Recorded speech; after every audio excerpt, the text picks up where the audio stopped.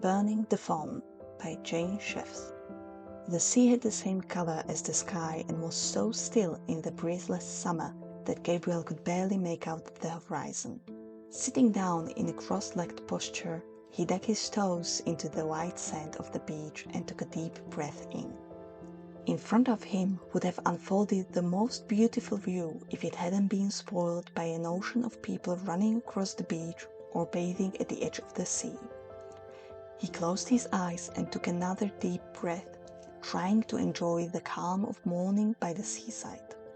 A beach ball abruptly hit him on the head and bounced away. He immediately spun around, only to be greeted by a burst of laughter as a group of teenagers grabbed the ball and sprinted away. Peace, Gabriel murmured, straightening up a little and closing his eyes. For him, the sounds of people shouting and children laughing could well have been the white noise of a long meditation. After a while, he felt peculiar movements around him and opened his eyes to discover a seagull that had landed on the sand directly in front of him. It turned its head from side to side, scanning him minutely. "I've got nothing for you," Gabriel snapped.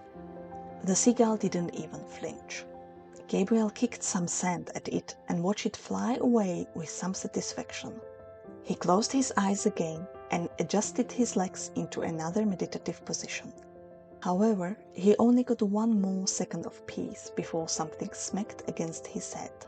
He growled and looked up at the guilty party, the seagull. "What happened to you?" Etta's voice reached him from the side. She was standing by her towel, seawater dripping from her entire self. "What does it look like?" "Did you throw something at the seagull? Or was it just bored?" Gabriel pressed his lips together. "I'm going for a swim," he stated before ambling towards the sea. He dove into it, ignoring the cool pangs of the seawater on his skin.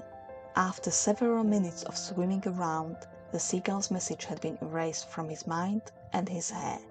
Granted, he had to dodge a few beach balls and some overexcited children splashing around, but eventually he reached the deeper waters where the number of swimmers was far lesser. Now he stopped swimming and looked out at the vast, empty sea in front of him. This time, there was nothing that could spoil the moment. As Gabriel kept moving his hands underwater to stay afloat, his right hand hit something in his pocket. Alarmed, he pulled out an old Nokia 3110. He had completely forgotten that he had put the phone inside his pocket.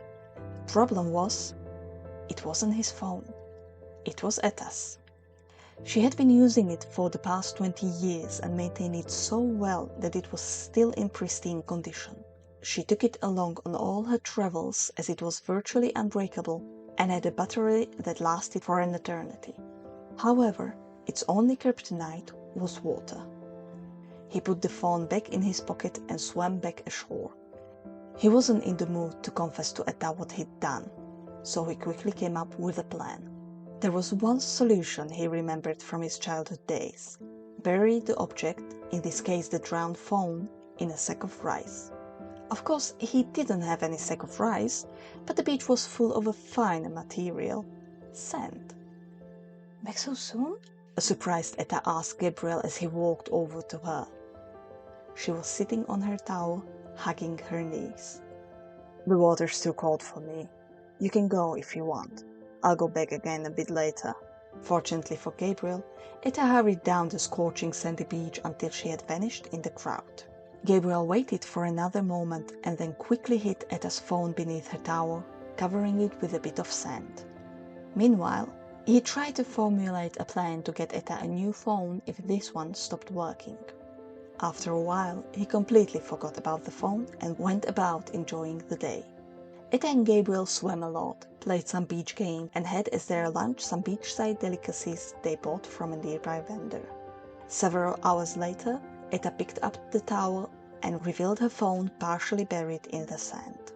Without even wondering how it had arrived there, she picked it up and immediately dropped it with a yelp. It landed on the sand with a thump. "It's so hot!" she exclaimed, blowing at her palms. Wrapping her towel around them, she picked up the phone again and tried to turn it on. "And it doesn't work," she added, frowning. She turned to Gabriel, her jaw slumping down. I knew I had to avoid the water so that I didn't drown it. Gabriel flushed and looked at his feet. But I had no idea it could be boiled in the sand, Etta added, visibly disappointed. Gabriel pretended to think about this for a moment and then nodded. Me neither. We'll get a new one, don't worry. Now let's go.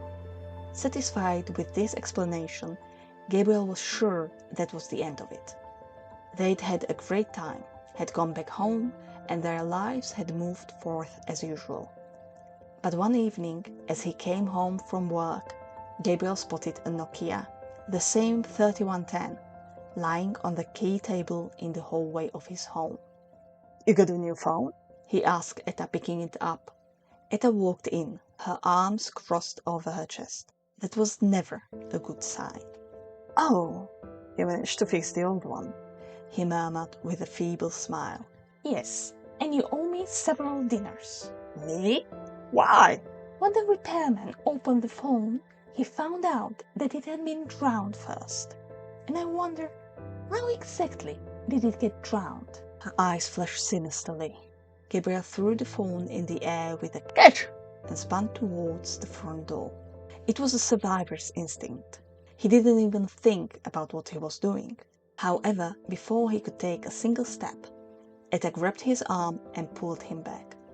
The Nokia crashed onto the floor with a loud bang. You were supposed to dive for that, Gabriel said in a huff, looking down at an angry Etta. A hint of a smile flashed across Etta's face. It's an old Nokia phone. You can break windows with it. He thought about his quip. Then he looked down on the floor. The unscathed screen of the Nokia was facing up at him, showing the current time. Its keypad was lit with a yellow tint. Its back cover had flown across the room and had knocked one of Etta's sneakers aside. Both the phone and the cover looked completely unharmed. Gabriel nodded slowly. Fancy a fancy dinner? He asked, smiling guiltily at Etta.